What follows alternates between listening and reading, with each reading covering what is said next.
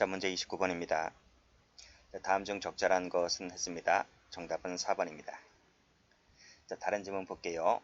자, 먼저 1번을 보면 의료기관을 개설할 자격이 없는 자들 그랬습니다. 자격이 없기 때문에 형법상 보호가치가 있습니까?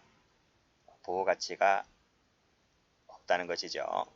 따라서 보호가치가 없기 때문에 횡령죄로 처벌할 필요가 있습니까? 없다는 거죠. 자, 2번 가봅니다. 자, 지금 이사직무집행 정지 가처분이 신청되었습니다. 그럼 이사는 지금 직무집행 정지 가처분이 났기 때문에 이사는 직무를 행할 수가 없겠죠.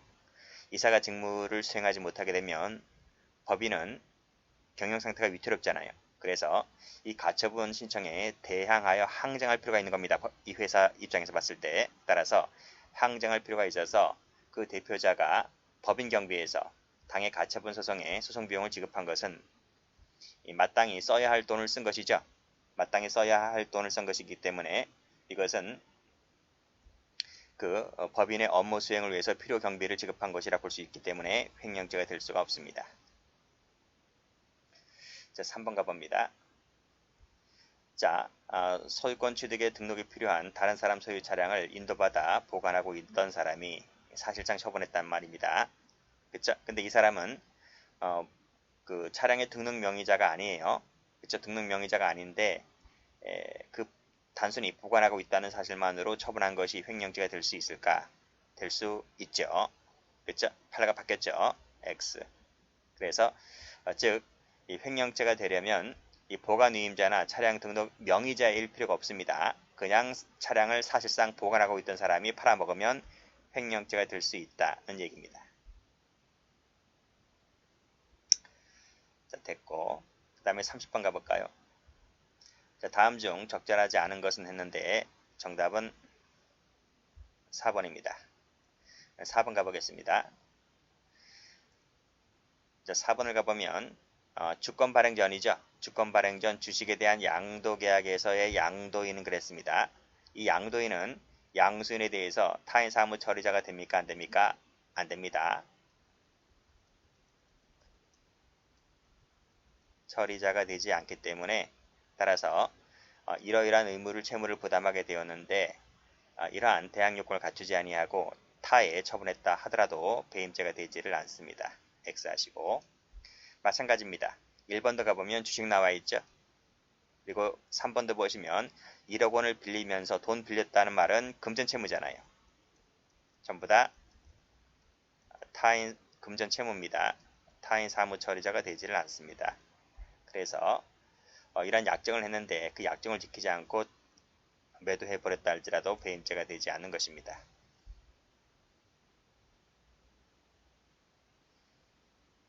자, 31번 가봅니다. 다음 중 적절하지 않은 것은 했는데 정답은 3번입니다. 자, 3번을 볼게요. 올해도 기출되었는데 자, 다른 사람의 소유물을 용법에 따라 무단으로 사용 수익하는 행위는 밑에 이용가치를 영득하는 것이고 그 때문에 소유자가 물건의 효용을 누리지 못하게 되었다고 한다면 손괴죄가 될 수가 있을까? 없습니다. 자, 이 사례를 지금 이 지문을 사실관계를 좀 바꿔볼게요. 여기서 다른 사람의 소유물이라고 하는 것은 토지를 말합니다. 자, 무단으로 사용 수익했다는 것은 그 토지가 다른 사람 토지잖아요. 그 다른 사람 토지 위에 이자가 건물을 신축한 겁니다. 무단으로. 자기 땅도 아닌데 다른 사람 땅에다가 건물을 신축했단 말입니다. 신축해서 그 건물을 무단으로 사용 수익하고 있는 거예요.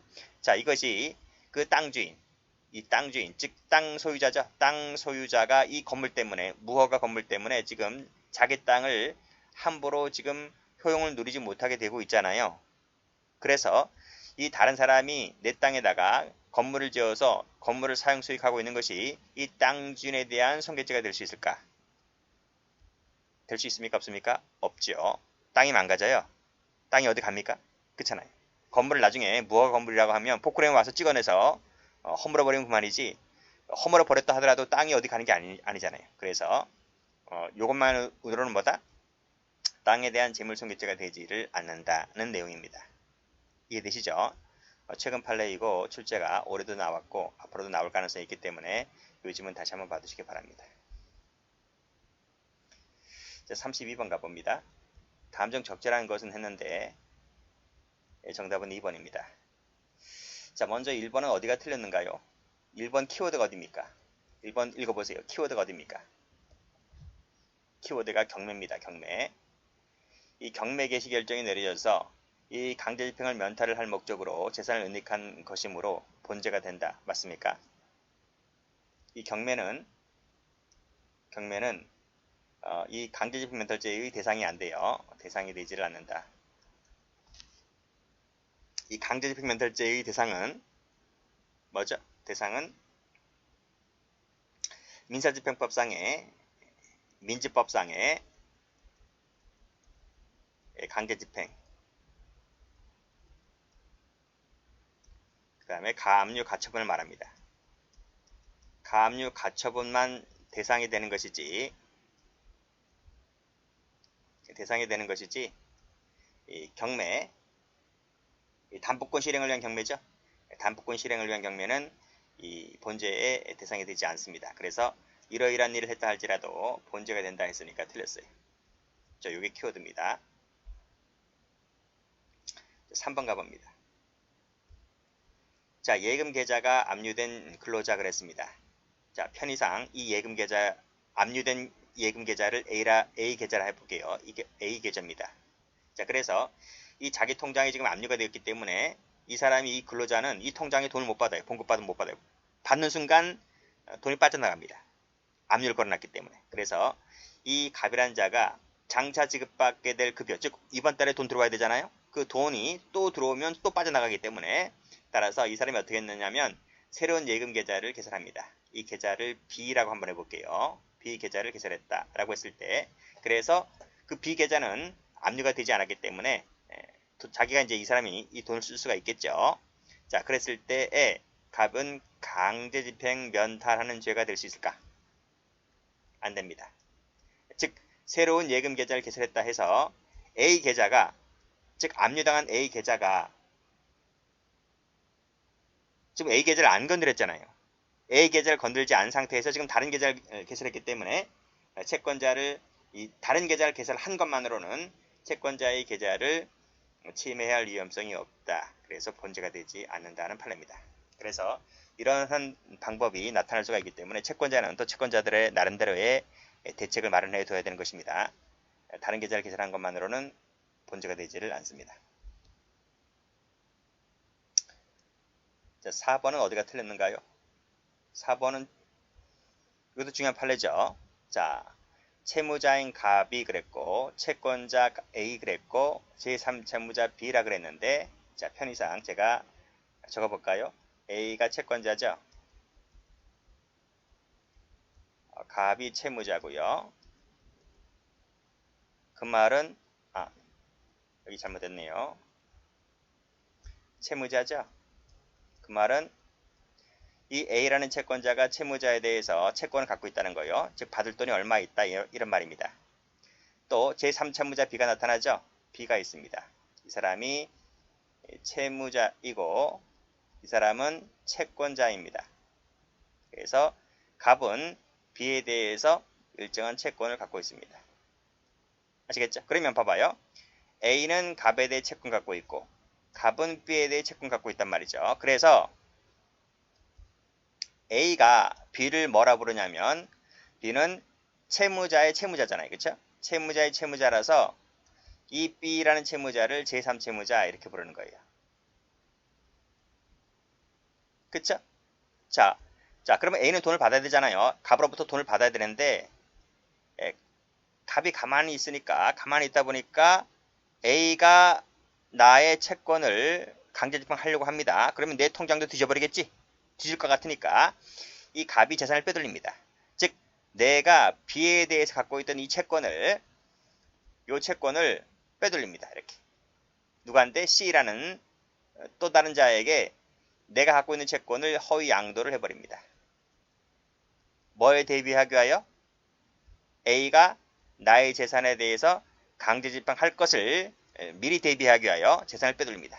라고 했을 때 이것이 본죄가 될 수 있을까의 문제인데 된다는 거죠. 그쵸? 자, 그래서 보시면 자, 제3채무자에 대한 채권을 C에게 허위 양도했을 때 자, 그 밑에 건 의미가 별로 없어요. 가압류 결정 정보원이 B에게 송달된 날짜와 갑이 C에게 채권을 양도한 날짜가 동일하다면 시간상으로 그 채권 양도가 가압류 결정 송달보다 먼저 이루어졌다 할지라도 그쵸? 시간상으로 보면 다 그래요. 그쵸? 여기서부터 여기까지는 그냥 제가 지금 설명한 것을 그냥 시간 순서대로 써놓은 것 뿐입니다. 별 의미가 없어요. 어쨌든 여기까지 C에게 허위 양도한 것만으로는 본죄가 될 수가 있다. 이런 말입니다. 자, 33번을 갑니다. 자, 방화죄 문제인데 적절한 것은 그랬네요. 정답은 2번입니다. 자, 다른 질문을 볼게요. 자, 방화죄는 예비음모죄 일부 조항이 있죠. 그리고 예비음모 같은 경우에는 목적한 죄의 실행에 이르기 전에 자수하게 되면 형을 감경 면제한다는 감면 조항이 있는데 이것이 의무적이 아니라 필요적입니다. 필요적 감면이죠. 규정이 있다 이거요. 좀 필기를 해드릴까요? 자, 164 1항, 165, 166 1항 2항, 167 1항 2항 총 6개의 조문이 있습니다. 가운데를 끊어버리고 위에 3가지 밑에 3가지. 자, 위에 3가지는 추상적 위헌범이고요. 밑에 3가지는 구체적 위헌범입니다. 그리고 위에 3가지 같은 경우에 이 3가지 같은 경우에 밑에처럼 목적한 죄의 실행에 이르기 전에 여기 나와 있는데 이 3가지 조문 같은 경우에는 미수가 있고요. 예비음모가 있는데 그 예비음모의 경우에 있어서 여기처럼 목적한 죄의 실행에 이르기 전에 자수를 해버리잖아요. 그러면 필요적 감면이 있습니다. 됐죠? 그러나 밑에 3가지 같은 경우에는 이 3가지 같은 경우에는 미수라는 게 없고 예비음모라는 것도 없다 이거예요. 여기까지 같이 봐두시면 됩니다.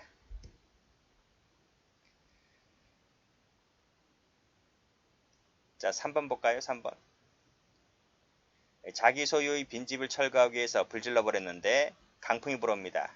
그래서 이웃집까지 옮겨 붙었고 이웃집까지 전소가 되었다라고 얘기를 하고 있잖아요. 그러면 자기 소유 일반 건조물 방화죄가 됩니까? 안 되죠. 무슨 죄가 됩니까? 연소죄가 되죠. 연소죄. 연소죄라는 건 뭔가요? 연소죄라고 하는 것은 자기 소유물에 대한 방화가 확대되어서 현주나 공용 건조물 등에 불이 옮겨 붙었을 때 그게 연소죄가 되는 겁니다. 그래서 자기 소유가 아니라 연소죄라고 해야지 맞습니다. 자, 4번 질문 가보면 천정에까지 옮겨 붙었다고 하면 기수가 됩니다. 착수가 아니라. 그리고 2번도 많이 나옵니다. 2번은 2항이 되죠. 자기 소유가 됩니다. 방화 통화죄 갑니다. 옳지 않은 것은 했는데요. 답은 4번입니다. 자, 먼저 1번 가볼까요? 자, 통화죄도 예비모죄 조항이 있고 실행에 착수기 이르기 전에 자수하면 역시 할 수 있다가 아니라 필요적입니다. 똑같죠? 방화죄랑 필요적 감면입니다. 자, 행사죄, 통화죄는 행사죄인데 위조죄는 행사죄인데 그 행사할 목적에는 유통시킨다는 것이지 보일 목적은 행사로 보지를 않습니다. X. 스위스 화폐 나와 있죠. 미국 화폐, 스위스 화폐, 일본 화폐 유통하는 화폐에 해당하지 않는다라고 봤죠. 자, 다음 모르는 자에게 주는 것이 행사죄가 될 수가 있는데 알고 있는 자에게 주는 것만으로는 행사죄가 되지 않잖아요. 근데 예외가 있습니다. 그 예외가 뭐냐면 그 알고 있는 자에게 교부했는데 그 알고 있는 자에게 주면 그 자는 이걸 받고서 반드시 유통시킬 거야. 이렇게 예상하면서 주면 그때는 행사가 될 수 있다는 것이 판례입니다. 됐고 다음 페이지 가봅니다. 자, 35번입니다. 옳은 것은 했네요. 답은 3번인데, 자, 1번 가봅니다. 대주주가 그랬죠. 소집 절차, 적법한 절차 없이 개최되었다 할지라도 다른 사람들의 주주들의 의결권을 위임받았잖아요. 그 위임받아서 했다면 불실기재가 되지 않는다는 것이 판례입니다. 자, 2번은 법원의 촉탁이라 했기 때문에 본죄가 되지를 않습니다. 본죄가 되려면 그 허위신고가 당사자의 허위신고에 의해서 이루어졌을 때 본죄가 되는 것이지, 따라서 당사자가 아닌 법원의 촉탁에 의해서 이루어진 것은 본죄가 되지를 않습니다. 4번을 가보면 사법상 무효라 할지라도 실제로입니다. 실제로 그와 같은 내용의 임원 개임 결의가 이루어졌고 그 결의에 따라 변경 등기가 맞춰졌다고 한다면 부실기재가 되지 않는다는 것이 판례입니다. 자, 직무유기죄 되는 것을 골라라 했는데 답은 디귿하고 미음입니다. 자, 먼저 1번. 지금 상사에게 보고를 했잖아요. 지시에 따랐잖아요. 그랬다면 설령 고발하지 않았다 할지라도 직무유기죄가 되지를 않습니다. 약국 감시원은 그렇죠? 보고를 했기 때문에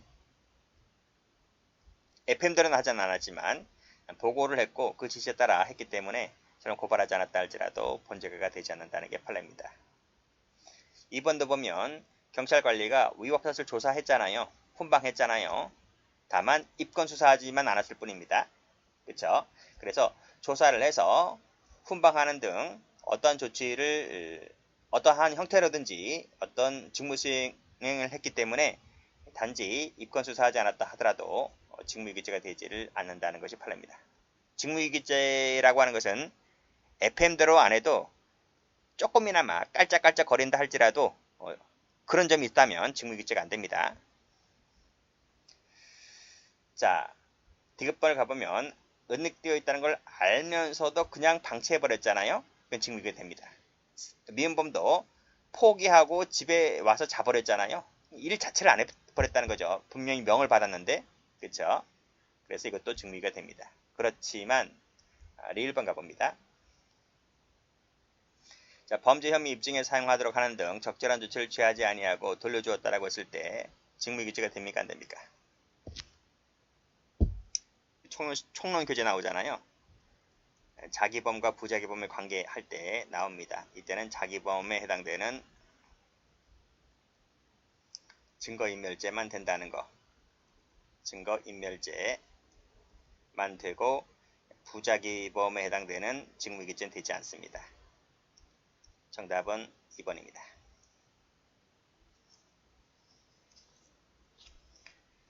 자, 37번입니다. 적절한 것은 했는데 답은 3번입니다. 자, 먼저 1번 가볼게요. 1번은 어디가 틀렸는가요? 자, 위계가 되려면 물론 위계에 의한 공직방은 추상적인 건 맞아요.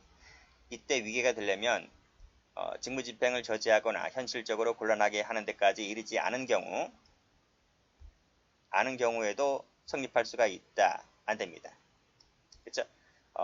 위계에 따른 공무집행 방해죄가 되려면 위계로서 구체적인 직무집행을 저지하거나 현실적으로 곤란하게 하는 데까지 이르렀을 때 본죄가 될 수 있다는 것이 판례입니다. 그래서 단순히 위계를 써서 오인체각 부지를 일으키게 했다. 그래서 그에 따라 그릇된 행위나 처분을 했을 때에 한해서만 본죄가 되는 것이지 거기까지 나아가지 않았다면 본죄가 되지 않는다는 거예요. 그리고 이 죄는 미수범 처벌조항도 없기 때문에 그냥 무죄가 되어버립니다. 2번 문제. 자, 방송국 PD 촬영감독이 지금 깜빵에 들어간 피의자를 접견하면서 촬영하기 위하여 지금 녹음 녹화 장비를 몰래 가져갑니다. 이것이 위계가 될 수 있습니까? 없습니까? 설명드린 바 있죠. 위계가 안 됩니다. 왜냐하면 녹음 녹화 장비를 가져 들어갈 때 이것을 감시하는 감시 의무가 교도관에게 있어요. 교도관에게 주어진 의무입니다. 이것을 검사 단속해야 할 의무가 교도관에게 있는 거예요. 교도관이 발견해야 되는 거예요. 교도관이 자기가 발견하지 못했다고 해서 너 이거 왜 갖고 들어갔어? 너 위계행 공직방해야 라고 하면 말이 안 되잖아요. 그쵸? 그쵸? 이걸 검사 단속하라고 해서 너에게 그 출입문에 세워둔 것이지 너는 탱자탱자 놀고 몰래 가져갔다는 것만으로 위계에 따른 공직방해로 볼 수 없다는 것입니다. 3번. 자, 전산 데이터를 삭제했다는 것만으로는 위계라고 볼 수가 없다고 봤죠? 삭제가 뭐예요? 삭제라고 하는 것이 단순히 증거를 감추거나 없애버린 것이잖아요. 이것만으로는 위계가 될 수가 없다 라고 보는 것이 판례입니다. 자, 4번을 보면 여기 지금 경찰관들이 갑을 만나기 위해서 전기 차단기를 내렸거든요. 이것이 적법한 공무집행이냐라고 하는 것인데 우리 판례가 적법하다고 봤어요. 범죄 행위를 진압하고 예방하고 수사하는 것이 경직법에 나와 있잖아요. 그래서 경직법, 즉 법에 따라서 적절한 조치를 취했다라고 보는 것이기 때문에 적법한 공무집행이라고 봅니다. 그 적법한 공무집행을 하고 있는 경찰에게 지금 갑이란 놈이 지금 칼 들고 나와서 설치되고 있잖아요. 라고 했을 때 공직방해가 될 수가 있습니다. 여기 틀렸고 여기가 틀렸습니다. 자, 38번. 적절하지 않은 것은 했는데 답은 1번입니다. 자, 자기 범행을 구성하는 사실관계에 관하여 그랬습니다. 자기 범행입니다. 자기 범행에 대해서 허위로 진술했고 허위 자료를 제출했다는 것만으로는 뭐로 볼 수 있다? 자기도피요, 자기도피. 자기 범행이기 때문에 자기도피라는 것이죠. 자기도피는 범죄 구성요건 해당성이 없어요. 그렇죠? 처벌되지 않습니다. 그래서 다른 처벌되지 않는 행위에 대하여 다른 사람이 이 처벌되지 않는 행위를 교사했다 할지라도 처벌되지 않는 행위를 교사했기 때문에 교사죄도 될 수가 없다는 것이죠. 나머지도 보시고 39번을 갑니다. 자, 위증과 증거인멸죄인데 적절한 것은 했네요. 정답은 4번입니다. 4번을 볼까요? 녹음 파일, 녹취록을 만든 것은 증거 위조죄가 된다는 것 아시죠? 자, 먼저 1번 문제. 기본적인 사항이 아니라 지엽적인 사항에 속하는 것이라 할지라도 허위 진술이었다면 위증죄가 될 수 있다는 것이 판례입니다. 주관사리이기 때문에 X. 2번. 자, 증언거부권을 고지받았다 할지라도 나는 분명히 거짓말했을 거야 라고 이렇게 발언했죠. 그쵸? 그랬다고 한다면 난 분명히 고지받았었다 할지라도 분명히 그와 같이 증언했다라고 했기 때문에 이러한 사람에게는 증언거부권을 고지했다 안 했다가 큰 의미가 없잖아. 분명히 내가 고지받았다 할지라도 분명히 허위짓을 할 거라 했기 때문에 그래서 증언거부권을 고지받지 못했다 할지라도 이 사람에게 있어서는 증언거부권 침해가 아니라는 거야. 증언거부권 침해가 아니기 때문에 위증죄가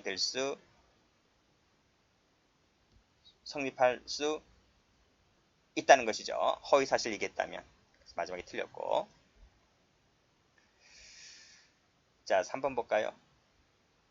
자, 내용이나 작성 명의 등에 아무런 허위가 없다면 위조가 될 수가 없겠죠. 그렇죠?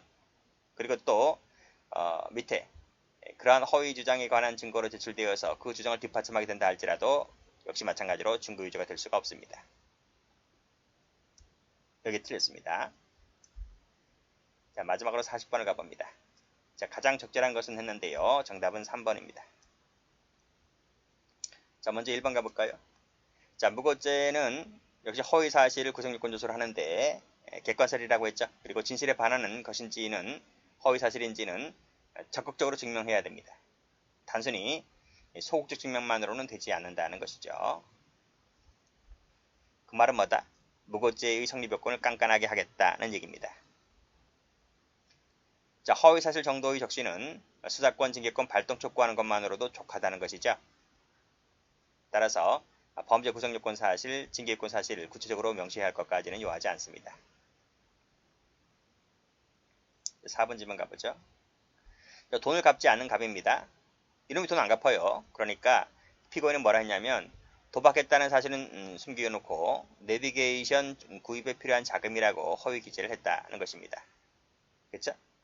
이 사람이 이렇게 쓴 이유는 뭐다? 저놈이 나에게 돈을 빌려갔는데 안 갚는다. 편취했으니까 사기죄를 처벌해달라고 하는 것이지 뭐 용도를 속였냐 아니냐가 아니잖아요. 그렇죠? 그렇기 때문에 이것은 묵고죄가 될 수 없다는 것입니다. 자, 그리고 3번 볼게요. 3번도 최근에 이전부터 올해 2번 출제가 되었는데, 자, 무고죄는 자수를 하면 필요적 감면 조치한다는 건 아시죠? 그 필요적 감면 조치에는 불기소 결정이 내려져서, 즉 불기소 결정이라고 하는 것은 뭐죠? 재판 확정 전이잖아요. 재판 확정 전에 자백 자수하면 필요적 감면 조치를 해주는데, 그 재판 확정 전이라고 하는 것은 불기소 결정이 내려졌을 때도 포함된다는 거야. 그래서 불기소 결정이 내려져서 이 사람이 자백했다면 이것도 자백 필요적 감면 조치 혜택을 주겠다는 것이 판례 입장입니다. 그래서 이 질문은 맞는 질문이 됩니다.